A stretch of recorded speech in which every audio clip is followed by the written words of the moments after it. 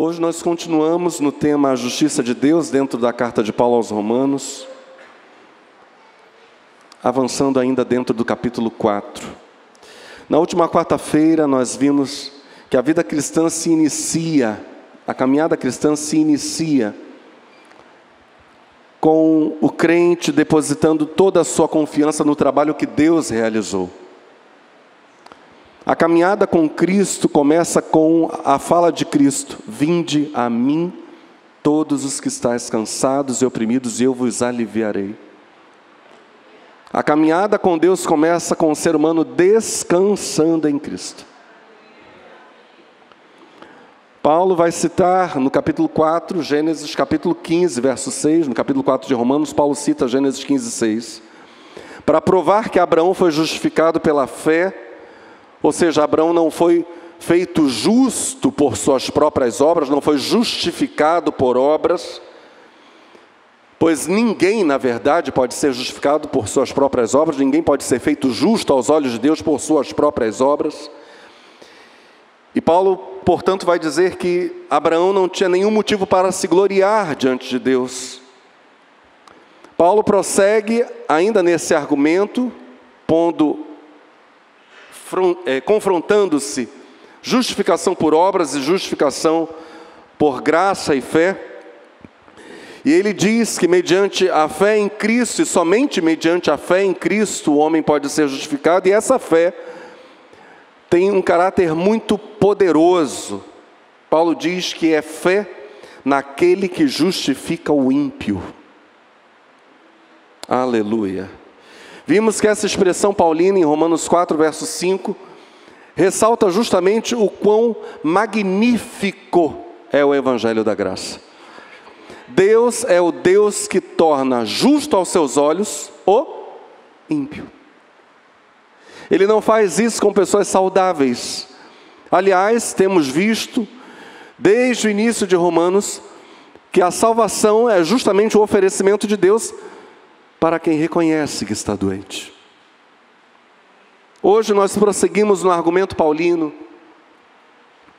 de comprovar, usando histórias do Antigo Testamento, exemplos do Antigo Testamento, de comprovar que o ser humano alcança a justificação, esse estado em que Deus o declara justo, apenas e tão somente mediante a fé. Paulo primeiro usou o exemplo de Abraão, e agora Paulo usa mais uma personagem do Antigo Testamento. Romanos 4, versos 6 a 8 diz assim: e é assim também que Davi declara ser bem-aventurado o homem a quem Deus atribui justiça independentemente de obras. Bem-aventurados aqueles cujas iniquidades são perdoadas e cujos pecados são cobertos. Bem-aventurado o homem a quem o Senhor jamais imputará pecado. Então agora Paulo vai para o segundo exemplo, extraído do Antigo Testamento, para provar que a justificação pela fé está inserida nas Escrituras desde a antiga aliança até o final desta era. O segundo exemplo, portanto, é o exemplo de Davi. Davi escreve no Salmo 32, algo que está intimamente ligado à história de Abraão no entendimento de Paulo. A fala de Davi na cabeça de Paulo complementa a história de Gênesis capítulo 15. Portanto, Paulo introduz o exemplo de Davi com estes termos: e é assim também que Davi. No verso 9, Paulo vai retornar ao exemplo da fé exercida por Abraão. Então ele faz um parênteses aqui, usando a história de Davi como um elemento complementar no tema da justificação pela fé, no caso de Abraão. Davi vai falar do homem bem-aventurado, do homem que está na caminhada para o encontro com Adonai, e que justamente por estar nesta caminhada é um homem feliz. É feliz por causa do objetivo final dessa jornada.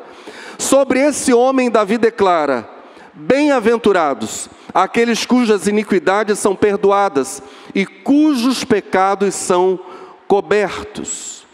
Isso equivale a dizer que Segue em marcha, feliz e abençoado, o homem a quem o Senhor jamais atribuirá pecado. Que posição maravilhosa é essa em que a fé nos coloca. A fé em Cristo nos lança justamente para essa condição de justos, de pessoas para quem Deus jamais atribui pecado. É isso que a Bíblia está dizendo. Aleluia! É isso que está em foco no versículo 6, quando Paulo se refere à afirmativa de Davi, declarando ser bem-aventurado o homem a quem Deus atribui justiça, independentemente de obras. Interessante que aquilo que Davi falou em termos negativos, ou seja, Davi diz, o homem a quem Deus não atribui pecado. Aquilo que Davi falou em termos negativos, Paulo interpreta em termos positivos. Enquanto Davi diz, está feliz na jornada com Deus, o homem a quem Deus não atribui pecado, Paulo diz, como é feliz o homem a quem Deus atribui justiça. O detalhe é que Paulo está dizendo isso em Romanos capítulo 4, usando inclusive a fala de Davi. Paulo entende que a fala negativa de Davi, na verdade, é uma fala positiva. Que o homem para quem, ou sobre quem Deus não atribui injustiça, é justamente o homem para quem Deus atribui justiça. E aí nós entramos em alguns fatos importantes, e a mensagem de hoje, creio eu, é curta. Mas a gente precisa se agarrar a alguns elementos muito, mas muito importantes. O primeiro deles é o seguinte: o apelo à declaração de Davi é extremamente importante. Paulo vem falando sobre justificação pela fé em oposição à justificação por obras. Não há um elemento melhor para ilustrar essa tese do que a declaração de ser abençoado, feliz na jornada, o homem cujas iniquidades são perdoadas e a quem o Senhor não atribui pecado. O que a gente está vendo aqui é um exemplo muito poderoso sobre a justificação, porque o texto não está falando sobre boas obras. O trecho citado por Paulo, lá de Salmo 32, a fala de Davi, é justamente o contrário. O texto está falando sobre um homem que tem consigo, que traz consigo pecados e iniquidades. Paulo pega um exemplo extraordinário. Na cabeça de Paulo, a pessoa feliz na marcha para o encontro com Deus, não é, em primeiro lugar, não é a pessoa que tem boas obras lançadas na sua conta. Em primeiro lugar, é justamente a pessoa cujos pecados não são lançados na sua conta. Essa é a pessoa feliz na jornada com Deus. Em primeiro lugar,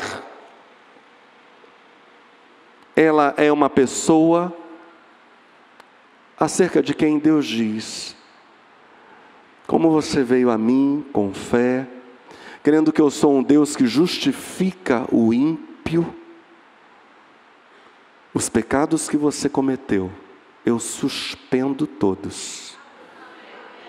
Não estão na sua conta. Aleluia, aleluia. Observa que a religião então de Davi não estava alicerçada num conceito de boas obras. Não era essa a base da fé davídica. Mas é justamente esse conceito da graciosa remissão, do gracioso perdão de pecados. E a bênção, tratada como a síntese do favor de Deus aqui, não tem afinidade com os méritos obtidos através de boas obras. A bem-aventurança, a bênção, que é a síntese do favor divino, é justamente a graciosa remissão de pecados.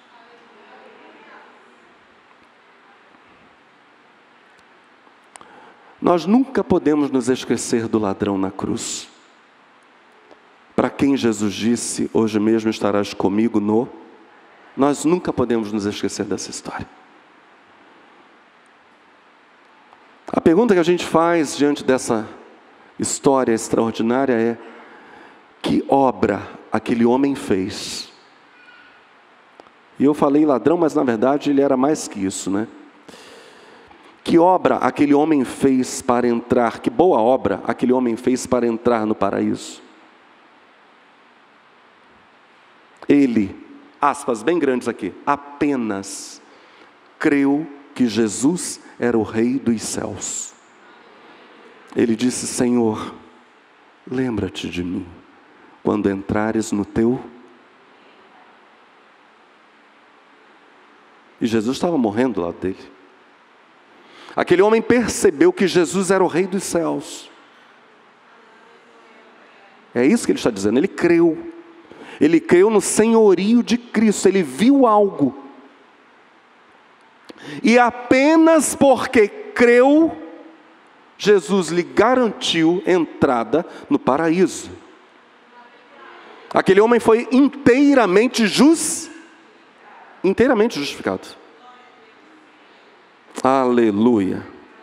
Quando Paulo diz, Deus atribui justiça, no verso 6 de Romanos 4, sem dúvida Paulo está empregando essa expressão como sinônimo de justificação.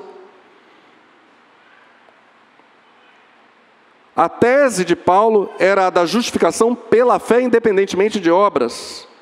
Então, no dizer de Paulo, atribuir justiça independentemente de obras, é o mesmo que dizer justificação sem as obras. Então, olhando para Gênesis 15, verso 6, que diz que porque Abraão creu, isso lhe foi imputado ou atribuído como justiça, Paulo entende perfeitamente que Abraão foi justificado pela fé, tratado como justo aos olhos de Deus, porque creu que Deus é tudo o que Deus diz ser.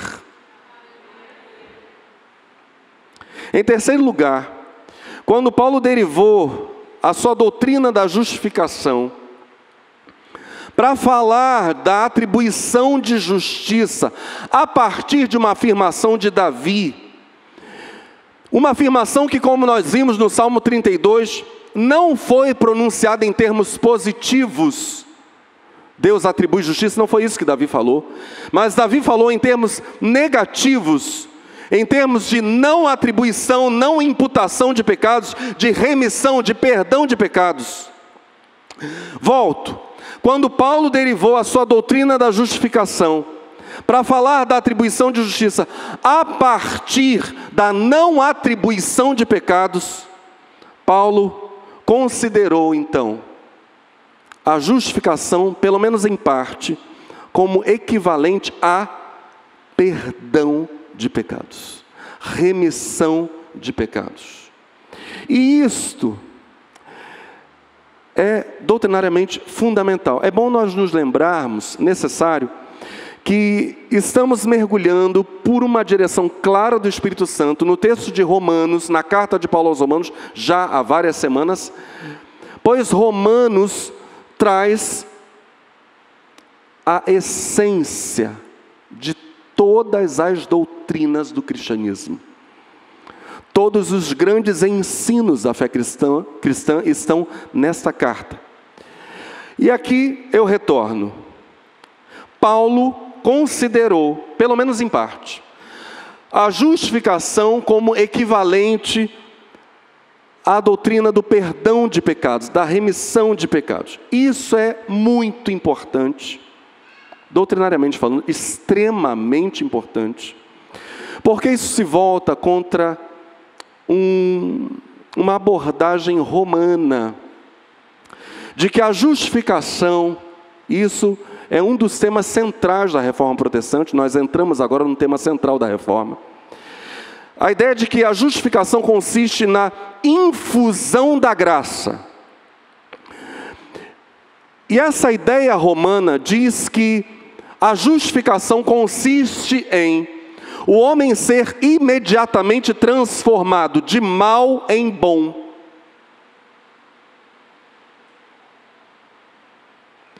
Como equivocadamente diria Dom José Falcão, acerca do homem justificado pela fé em Cristo, olha o que ele vai dizer: nele, nesse homem justificado, não há qualquer vestígio de pecado. Mas não é isso que Paulo está falando. Como, por exemplo, ficaria a afirmação de Paulo, que é estudada no estudo 0 da sala 1, quando Paulo diz em 1 Timóteo capítulo 1, verso 15, lembrando que o último texto da vida de Paulo, que faz parte do Novo Testamento, é 2 Timóteo. Então 1 Timóteo é um dos últimos textos da vida de Paulo.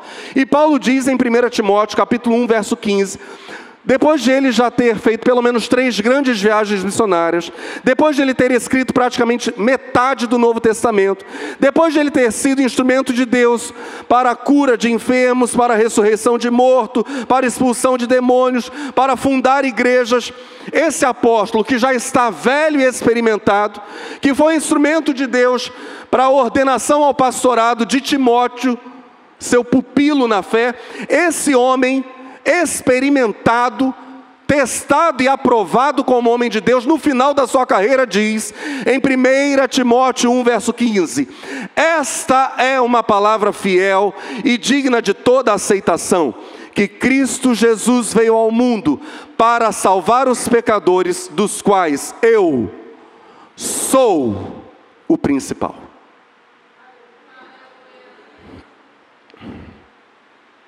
Ou seja, Paulo não pensava que por causa da justificação o homem já é essencialmente transformado de mal em bom. A justificação não pode ser confundida com a glória. Não pode. São coisas diferentes. Deus, de modo forense, declara que o ser humano é justo aos olhos dele, ainda que esse ser humano ainda seja um pecador.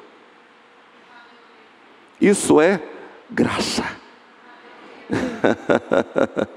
Aleluia. A justificação é necessariamente forense. Ela é uma declaração judicial divina, tanto quanto a remissão de pecados é uma declaração divina. Deus declara o homem perdoado, tanto quanto Deus declara o homem justo. Eis uma das grandes importâncias desta fala de Paulo acerca da justificação, ligando o tema da justificação ao perdão de pecados do Salmo 32, citada por Davi. O detalhe é que Roma chama isso de visão pessimista do protestantismo.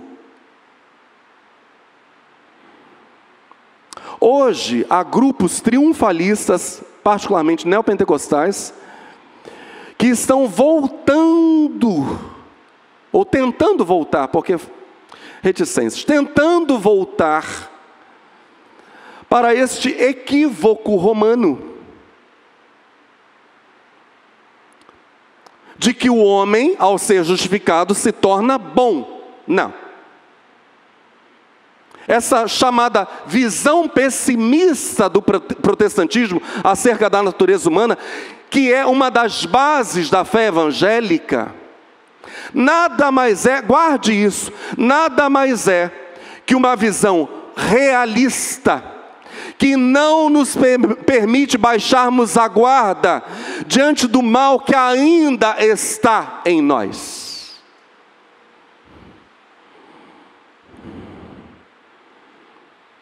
Estamos juntos? O segundo exemplo, primeiro Abraão, depois Davi. Interessante que Paulo usa 2 exemplos do Antigo Testamento para sustentar que já no Antigo Testamento a justificação é apenas por fé e não por obras. Até por causa de um princípio da lei de Moisés, porque qualquer declaração precisaria da confirmação de pelo menos 2 testemunhas. Paulo usa como primeiro exemplo Abraão e depois Davi, para levantar uma questão paradoxal. Eu gostaria que você dissesse isso comigo. Isso é uma das bases da fé evangélica. Diga assim: o ser humano justificado ainda é mau e pecador.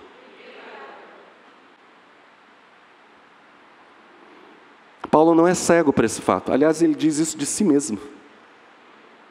Fiel é esta palavra, escreve ele em 1 Timóteo 1,15. Fiel é essa palavra e digna de toda aceitação, que Cristo Jesus veio ao mundo salvar os pecadores, dos quais eu sou o principal. Em outros termos, Paulo está dizendo: eu sei muito bem que eu só sou o que sou por causa do Espírito Santo que opera em mim, que habita em mim, por causa da graça de Deus que age em mim. Eu me abro, eu me rendo, eu me deixo encher do Espírito. É isso que Paulo está dizendo em outros termos. Eu me deixo encher do Espírito dia após dia, porque eu sei que em mim, isto é, na minha carne, não reside bem nenhum. Isso Paulo vai dizer em Romanos capítulo 7, Romanos 8. Ainda vamos chegar lá. Eu vivo no Espírito, porque eu por mim mesmo sou um pecador. O mesmo Davi, e a Bíblia vai dizer extensamente isso. Eu disse para minha esposa: amor, antes de virmos para cá, eu tenho dificuldade, eu realmente tenho dificuldade de entender que essa visão equivocada sobre uma mudança da natureza humana por meio da justificação, como se o ser humano, ao ser justificado, passasse a ser bom, essencialmente bom. Eu tenho dificuldade de crer que esse equívoco seja algo mais que um equívoco. Eu não consigo conceber que isso seja má intenção. Eu realmente creio que é um equívoco.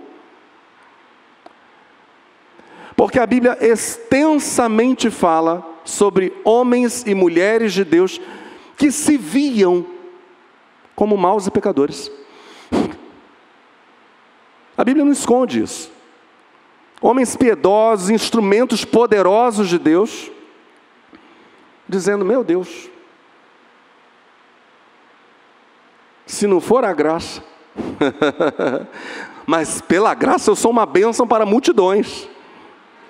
Pela graça de Deus eu sou uma potência, mas sempre essa postura humilde, essa postura quebrantada, essa postura dependente da graça de Deus. Por exemplo, Davi, no Salmo 51, ele diz no verso 7: purifica-me de minha impureza e ficarei limpo, lava-me e ficarei mais branco que a neve. Só que versículos antes, olha o que ele tinha dito.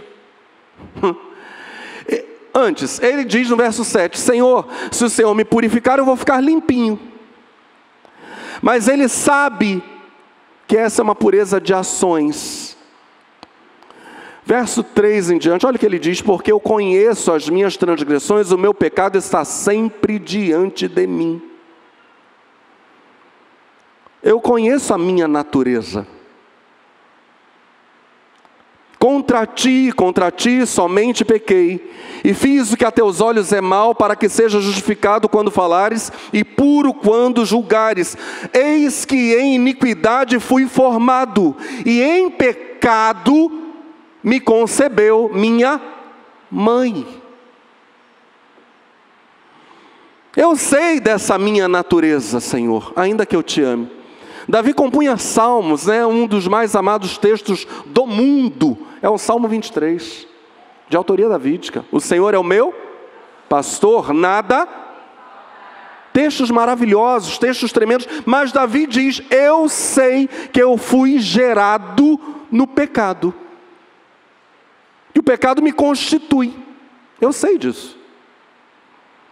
João escreve em 1 João capítulo 1, olha só como é sério isso, estamos no Novo Testamento, final do Novo Testamento. Se dissermos que não temos pecado, enganamo-nos a nós mesmos, e não há verdade em nós. Se confessarmos os nossos pecados, Ele é fiel e justo para nos perdoar os pecados e nos purificar de toda injustiça. Se dissermos que não pecamos, fazemo-lo mentiroso, e a sua palavra não está em nós. O mesmo Paulo que vai dizer em 2 Coríntios capítulo 5, algo, cuidado, que se lido isoladamente, fora de contexto, é problema. E eu vou ler o texto aqui de 2 Coríntios 5, ressaltando um trecho problemático. O mesmo Paulo que diz o que diz em 2 Coríntios 5, diz o que vai dizer, vamos chegar lá, em Romanos capítulo 7. Primeiro então vamos a 2 Coríntios capítulo 5. Porque o amor de Cristo, a partir do verso 14, porque o amor de Cristo nos constrange, julgando nós assim, que se um morreu por todos, logo todos morreram. E ele morreu por todos, para que os que vivem não vivam mais para si, mas para aquele que por eles morreu e ressuscitou. Assim que, daqui por diante, a ninguém conhecemos segundo a carne. Observe, a primeira coisa que Paulo falou é que os seres humanos que creem em Cristo, aqueles que creem em Cristo, já que Cristo morreu por eles, eles morreram em Cristo. E, portanto, a vida que agora eles têm, não podem mais vivê-la para si mesmos. Primeira coisa que Paulo afirmou foi isso. Agora quem está em Cristo não vive mais para si.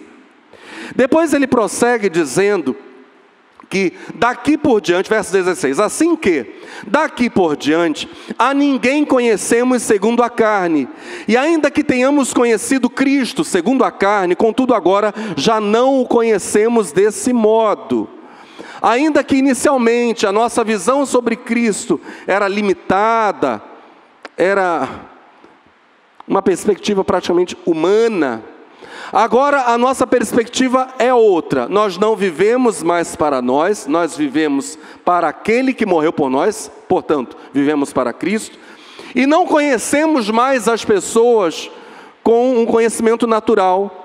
Assim como agora nós conhecemos Cristo por experiência, não de ouvir falar, mas de andar com Ele, nós efetivamente o conhecemos. Agora olhamos para as pessoas e temos acerca delas uma novíssima percepção. Aquele que se entregou a Cristo não vê mais os seres humanos como homem natural, mas enxerga até no ser humano mais degradado um resquício de algo muito precioso, que é a imagem de Deus.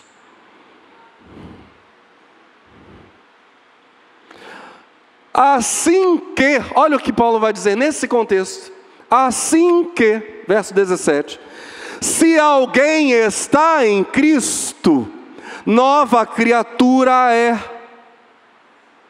As coisas velhas já passaram, eis que tudo se fez novo. Que tudo? O tudo a que ele acabou de se referir. Uma nova vida, operada pelo Espírito, tendo um novo centro, a pessoa de Cristo, a partir de quem eu me comunico, e me uno, e me ligo, e me aproximo do meu próximo. Paulo não está dizendo que nós, por exemplo, já recebemos corpos glorificados. Alguém aqui já ressuscitou e foi glorificado? Isso há de acontecer ou não? Sim. O nosso corpo se fará novo? Sim ou não? Completamente. Ué, então, tudo se fez novo, mas o meu corpo ainda não. O cristão ainda morre, a sua carne ainda adoece, morre? Ué, então, peraí, Paulo. Não, mas ele não falou fora de um contexto essas coisas. Ele falou o que falou num contexto. Agora, a pessoa tem, por causa da fé, uma nova vida, operada pelo Espírito Santo, tendo um novo centro, que é a pessoa de Jesus Cristo. De acordo com o que Paulo vinha falando, então, tudo se fez novo. Mas é um perigo usarmos esse texto isoladamente. Aliás, é perigoso usar qualquer trecho da Bíblia isoladamente. Verso 18, ainda em 2 Coríntios 5, e tudo isso provém de Deus, que nos reconciliou consigo mesmo por Jesus Cristo, e nos deu o ministério da reconciliação. Essa coisa toda nova, que é a nossa visão de Cristo, a nossa relação com Ele, a nossa visão do próximo e a nossa relação com Ele, toda essa coisa nova provém de Deus, e tudo isso provém de Deus, que nos reconciliou consigo mesmo por Jesus Cristo, e nos deu o ministério da reconciliação, isto é, Deus estava em Cristo, reconciliando consigo o mundo, não lhes atribuindo os seus pecados, e pôs em nós a palavra da reconciliação. Aleluia, aleluia. Então Paulo não está dizendo em nenhum momento em 2 Coríntios capítulo 15 que o ser humano justificado deixou de ser pecador. Paulo nem passou por esse assunto em 2 Coríntios 5. O tudo se fez novo não tem nenhuma relação com esse equívoco. O mesmo Paulo que vai dizer tudo se fez novo em 2 Coríntios capítulo 5, diz o que diz em Romanos 7, a partir do verso 19, porque não faço o bem que quero, mas o mal que não quero, esse faço. Ora, se eu faço o que não quero, já o não faço eu, mas o pecado que habita em mim. Acho então esta lei em mim, esse poder, essa força, esse domínio, esse governo. Acho então esta lei em mim, que quando quero fazer o bem, o mal está comigo. Porque segundo o homem interior, tenho prazer na lei de Deus. Então Paulo não está falando em perspectiva de ímpio. Não. Ele está falando numa perspectiva de alguém que foi regenerado, que ganhou nova vida. Segundo o homem interior, vamos dizer isso juntos, segundo o homem interior, tenho prazer na lei de Deus. Verso 23, verso seguinte, mas vejo nos meus membros outra lei, que batalha contra a lei do meu entendimento, e me prende debaixo da lei do pecado, que está nos meus membros. Miserável homem que sou, quem me livrará do corpo desta morte? E Paulo mesmo responde no verso seguinte, dou graças a Deus, por Jesus Cristo, nosso Senhor. Assim que eu mesmo com o entendimento sirvo a lei de Deus, mas com a carne, a lei do pecado. As minhas tendências naturais são para baixo, eu sei disso. E Paulo vai prosseguir nessa mesma fala, entrando no capítulo 8, dizendo, não se deixe dominar pelos seus impulsos naturais, pelas suas tendências pecaminosas, mas sujeite-se ao Espírito, porque toda a inclinação da carne é morte, mas a inclinação do Espírito é vida e paz.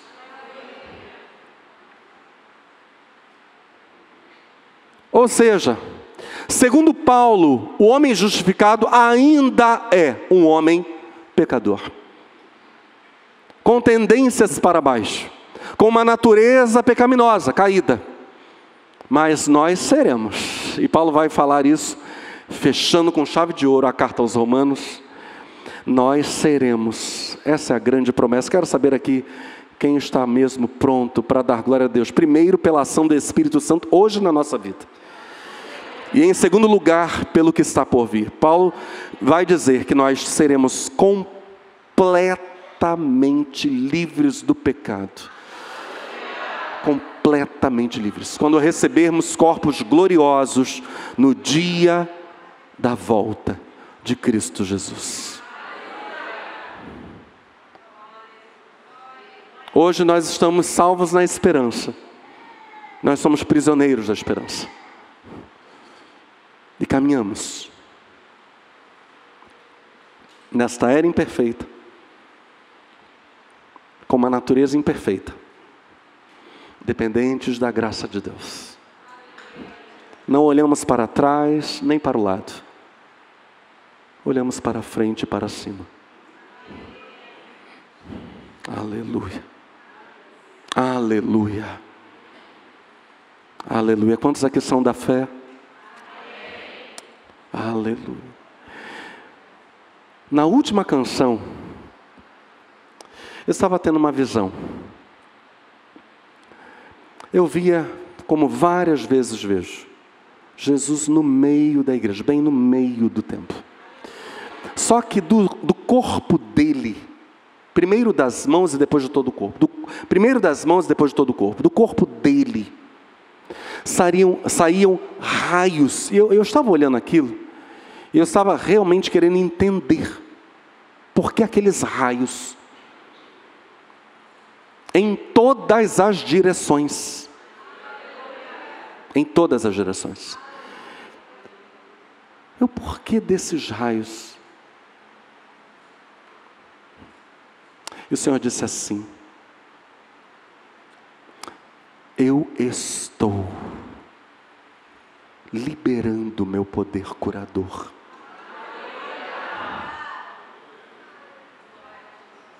Foi exatamente isso.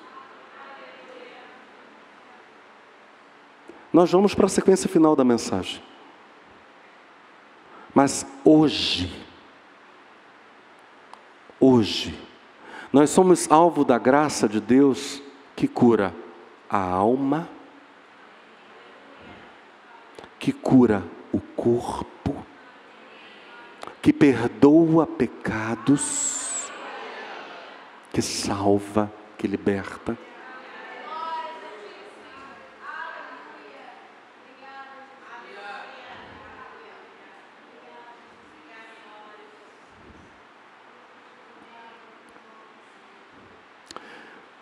Eu nunca vou brincar com as coisas do Senhor, nunca fiz isso. E não vai ser agora. Mas neste exato momento, Jesus está curando aqui. Sinta o poder curador de Jesus tocando o teu corpo. Jesus está aqui. Aleluia.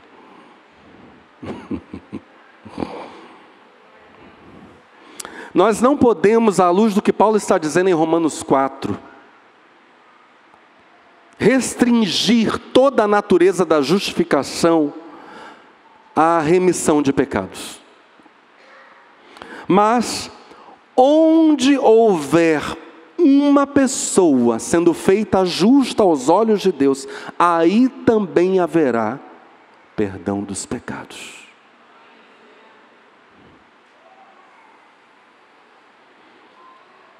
Mas nós precisamos prestar atenção no interesse específico de Paulo aqui.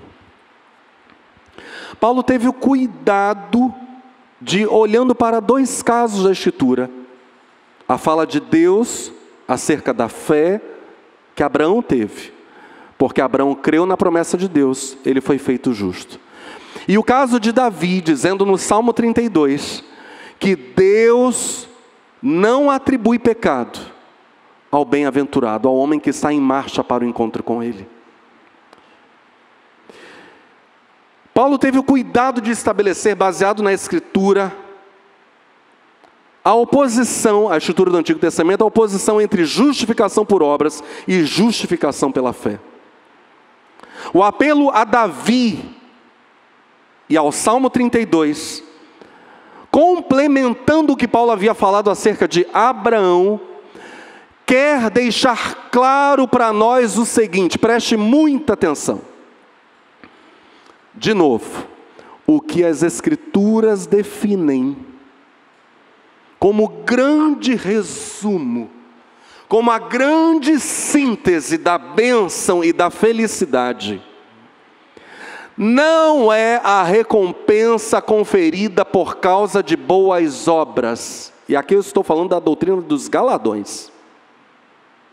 A grande síntese da bênção e da felicidade, no dizer de Paulo, ao invocar o tema de Davi, no Salmo 32, é deixar claro para nós, que não é a recompensa, a grande bênção não é a recompensa conferida por causa de boas obras, mas a outorga de graça mediante a fé.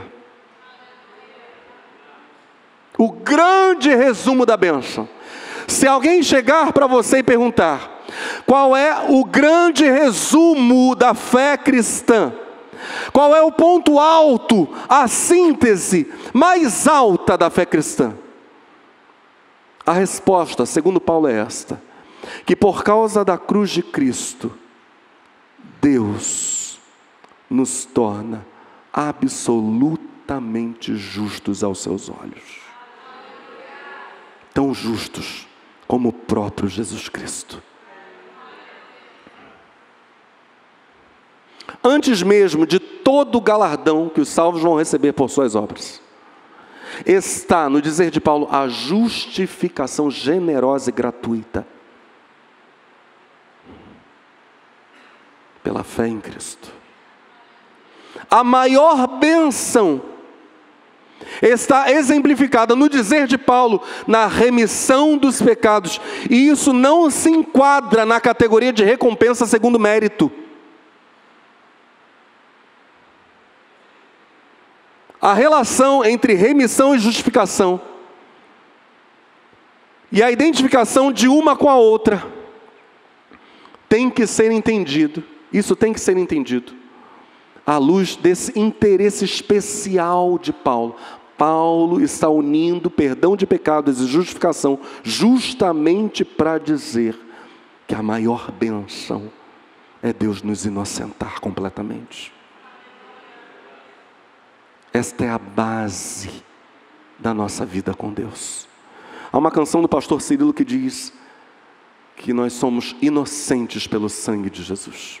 Aliás, o nome do CD é Inocente. E eu convido você, ainda esta semana, a ouvir essa canção. Põe lá, Antônio Cirilo e Amigos, Inocente. E dance na presença de Deus, e celebre na presença de Deus. Não há condenação, não há condenação. Eu estou em Cristo Jesus. Toda maldição foi quebrada lá na cruz. Não há condenação, não há condenação. Eu estou em Cristo Jesus. Toda maldição foi quebrada lá na cruz. Inocente, inocente, eu sou em Cristo Jesus. Inocente, inocente é. Aleluia, aleluia. Leiamos então todo o capítulo 4 de Romanos, na nova versão transformadora. Quantos estão prontos a saborear a palavra de Deus? Estamos degustando esse fino manjar que é a palavra do Senhor. A partir do verso 1, então, na nova versão transformadora, Paulo vai dizer: do ponto de vista humano, Abraão foi o fundador de nossa nação, no caso de Israel, né? Paulo era judeu. O que descobriu ele? Se suas obras o tivessem tornado justo, ele teria motivo para se vangloriar, mas não perante Deus. Pois as Escrituras dizem: Abraão creu em Deus e assim foi considerado justo. O salário daquele que trabalha não é um presente, mas um direito. Contudo, ninguém é considerado justo com base em seu trabalho, mas sim por meio de sua fé em Deus que declara justos os pecadores. Davi também falou a esse respeito, quando descreveu a felicidade daqueles que são considerados justos, sem terem trabalhado para isso. Eu vou repetir esse verso 6, achei muito lindo isso aqui. Davi também falou a esse respeito, quando descreveu a felicidade daqueles que são considerados justos, sem terem trabalhado para isso. E aí entra a citação do Salmo 32. Como são felizes aqueles cuja desobediência é perdoada, cujos pecados são cobertos. Sim, como são felizes aqueles cujo pecado o Senhor não leva mais em conta.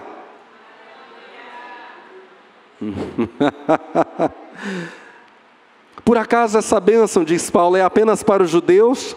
Ou se estende também para os gentios incircuncidados? Já dissemos que Deus considerou Abraão justo por meio de sua fé. Mas como isso aconteceu? Ele foi considerado justo somente depois de ter sido circuncidado? Ou antes disso?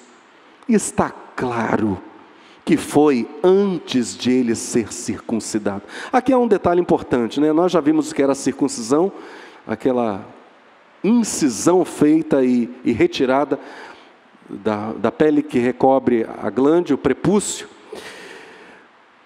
E os judeus invocavam isso como sinal da aliança, para dizer que eles eram um povo privilegiado acima de todos os povos. E mais, que somente uma pessoa circuncidada faria parte da aliança de Deus com Abraão. Só que Paulo está rebatendo isso. Primeiro, quando Deus diz, em ti serão benditas todas as famílias da terra, lá em Gênesis 12, isso não tem nenhuma relação com circuncisão. Então a bênção de Abraão vem até nós apenas porque Abraão creu na promessa de Deus. Depois, quando o Senhor fala em Gênesis capítulo 15 para Abraão, que ele seria pai de uma multidão como as estrelas do céu, como a areia do mar, Abraão crê em Deus e é-lhe então atribuída a justiça. Ele é considerado justo aos olhos de Deus. Apenas 14 anos depois disso, mais ou menos, é que Abraão será circuncidado. Então a fala de Deus com Abraão em Gênesis capítulo 15, ou acerca de Abraão em Gênesis capítulo 15, Abraão creu em Deus e isso lhe foi atribuído como justiça, está mais de uma década antes do rito da circuncisão. Portanto, Paulo diz, é claro que ninguém é considerado justo por causa da circuncisão, porque nem com Abraão foi assim. Volta então à leitura, verso 11, a circuncisão era um sinal de que Abraão já possuía fé, e de que Deus já o havia declarado justo, mesmo antes de ele ser circuncidado. Portanto, Abraão é o pai daqueles que têm fé, mas não foram circuncidados. Então, antes de ser, olha a conclusão de Paulo. Antes de ser o pai dos circuncidados, Abraão é o pai dos que têm fé e não são circuncidados. Os primeiros filhos de Abraão são apenas os que creem, mas não são circuncidados. 14 anos depois, mais ou menos, é que Abraão vai se tornar o pai daqueles que creem e também são circuncidados. Mas primeiro ele é pai dos que creem e não são circuncidados. Que inversão, meus irmãos. Para um judeu que ouvisse e lesse isso aqui, e aqui eu não estou atacando os judeus de jeito nenhum, não é isso. Mas apenas eu quero deixar claro que a Bíblia está dizendo que aos olhos de Deus não há grego, nem judeu, bárbaro, ou cita, servo ou livre, mas todos são um em Cristo Jesus. O muro de inimizade caiu pela fé em Jesus. Nós somos justamente os filhos de Abraão segundo a fé, sem sermos circuncidados. Bem, volto à leitura para finalizarmos. Relendo o verso 11, a circuncisão era um sinal de que Abraão já possuía fé e de que Deus já o havia declarado justo, mesmo antes de ele ser circuncidado. Portanto, Abraão é o pai daqueles que têm fé, mas não foram circuncidados. Eles são considerados justos por causa de sua fé. E Abraão também é o pai daqueles que foram circuncidados, mas somente se tiverem o mesmo tipo de fé que Abraão tinha antes de ser circuncidado. A promessa de que Abraão e seus descendentes herdariam toda a terra não se baseou em sua obediência à lei de Deus, mas sim no fato de ele ter sido considerado justo quando teve fé. A promessa então é baseada na fé e não em obras. Portanto, se a herança prometida é apenas para aqueles que obedecem à lei, a fé é desnecessária e a promessa anulada. Pois a lei traz ira sobre aqueles que tentam obedecer a ela.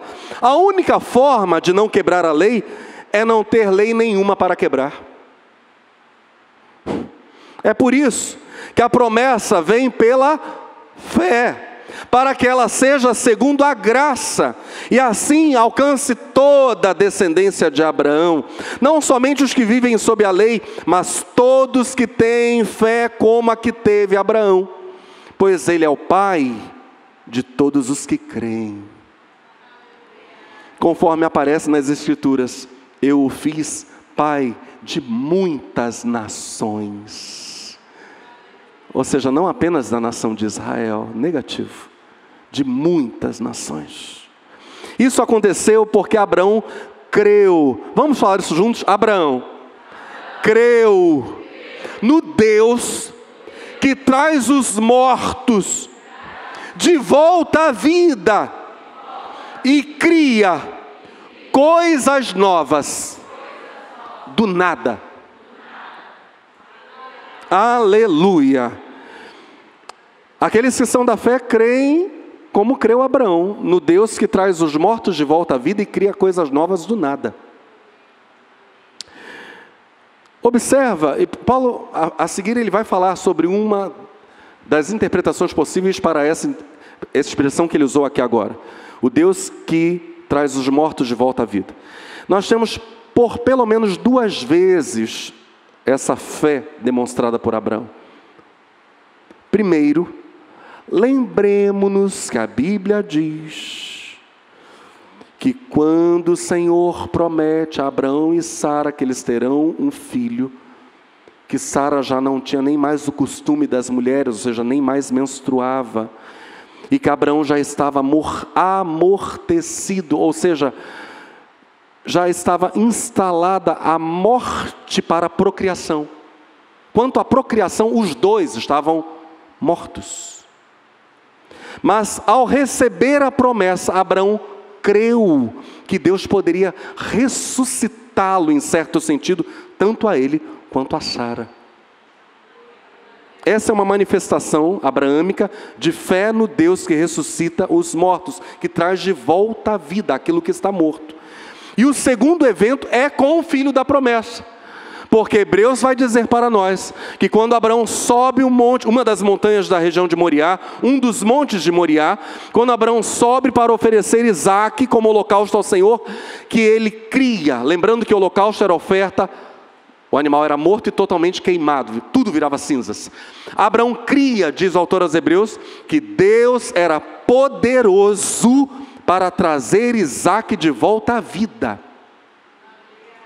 Por segunda vez, Abraão crê no incrível, num Deus que ressuscita os mortos, que traz de volta à vida até alguém que já virou cinzas.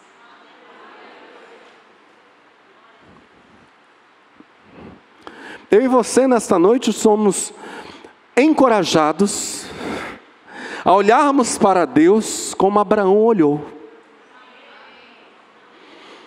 Aleluia. Dizermos: Senhor, Tu és o Deus realmente de coisas extraordinárias. No próximo domingo nós devemos ouvir um testemunho extraordinário, mais um testemunho documentado, de algo que Jesus fez na ceia deste mês, no culto de ceia.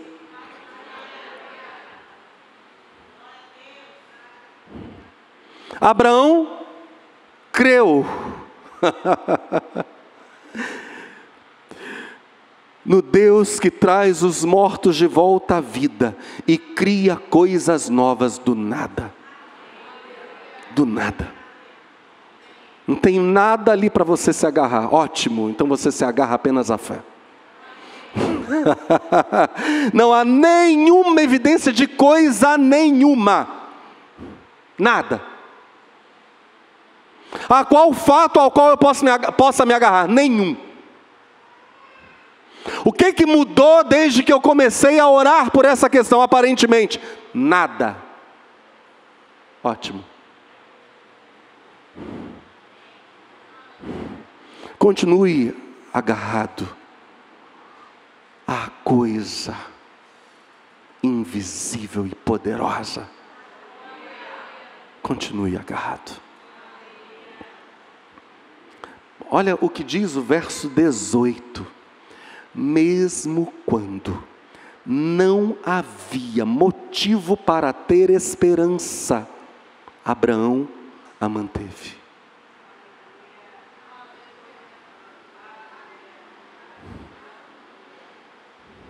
Vamos dizer isso juntos?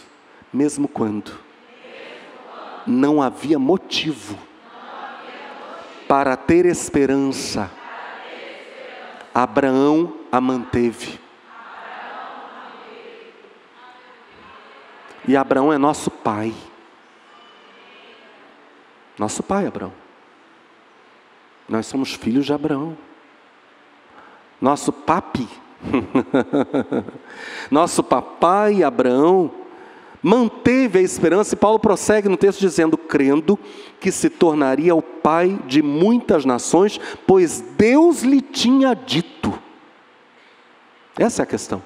Esse é o número de descendentes que você terá.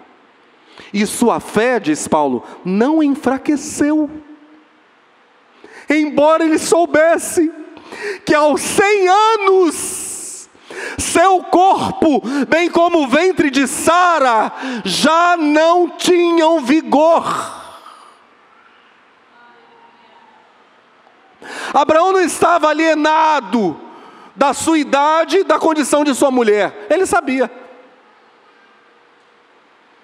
Ele sabia, em perspectiva natural, não há saída, mas Deus disse. Deus disse. A isto eu me agarro, eu me mantenho em esperança. Deus disse que Ele me tornaria o pai de muitas nações, e Ele cumprirá a sua promessa. Verso 20, em nenhum momento a fé de Abraão na promessa de Deus vacilou.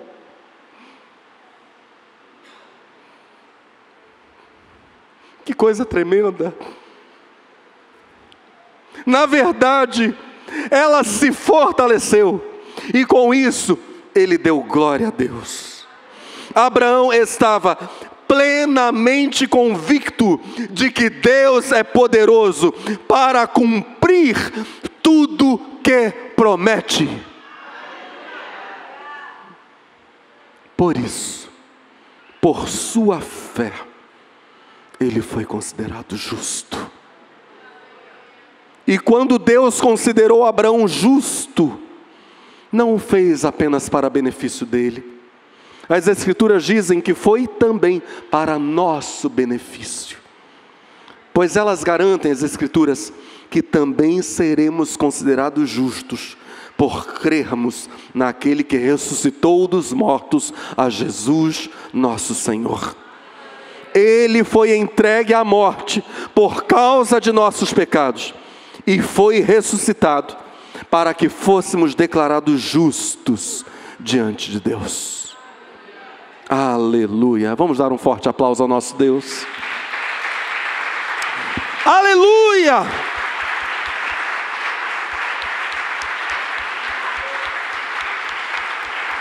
Aleluia!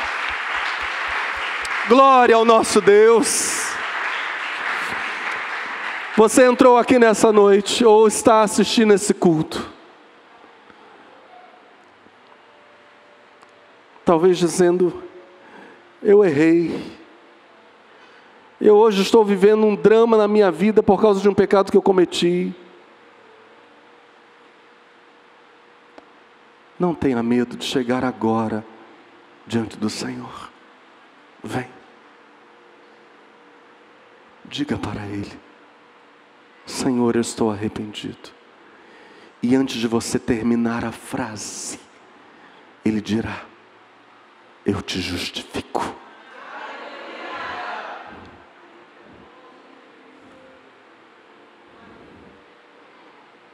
Talvez você entrou aqui ou está assistindo esse culto dizendo: eu estou lutando com uma enfermidade. Eu tenho feito tratamentos, eu não consigo me livrar disso. Das duas, uma. Ou Jesus dirá a você: eu te fortaleço para passar pelo meio do vendaval. Ou Ele dirá: eu faço o vendaval cessar.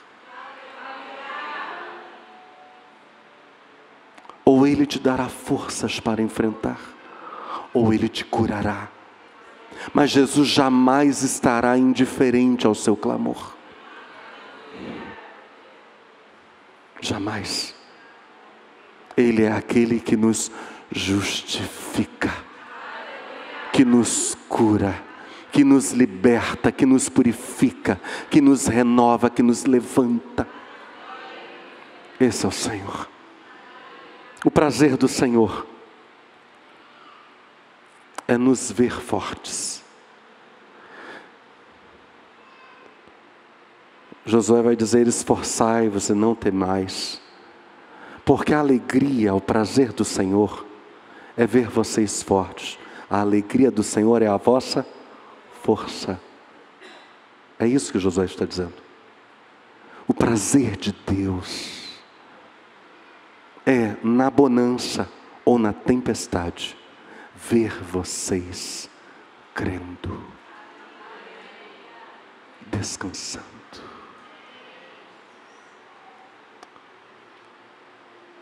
Descanse. Lance o teu fardo sobre o Senhor nesta noite, inteiramente.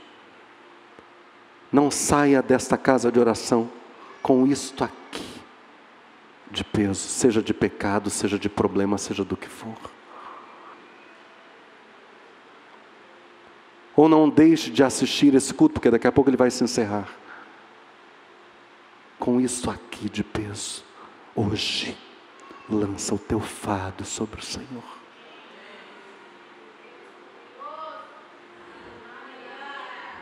Lança o teu fardo. Nós vamos nos unir em oração. Você que está nos assistindo, una-se a alguém em oração agora. Una-se a um irmão, uma irmã em oração, se você pode fazê-lo. Vamos lançar sobre o Senhor todo o nosso fardo.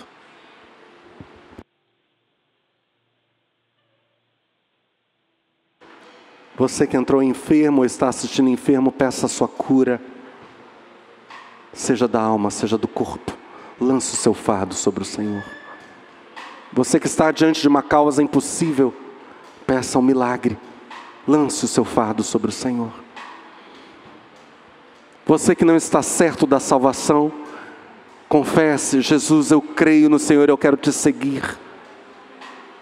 Lance o teu fardo de perdição, de dúvida, de medo. Lance esse fardo para Jesus. Entregue-se a Jesus Cristo. Lance o teu fardo sobre o Senhor.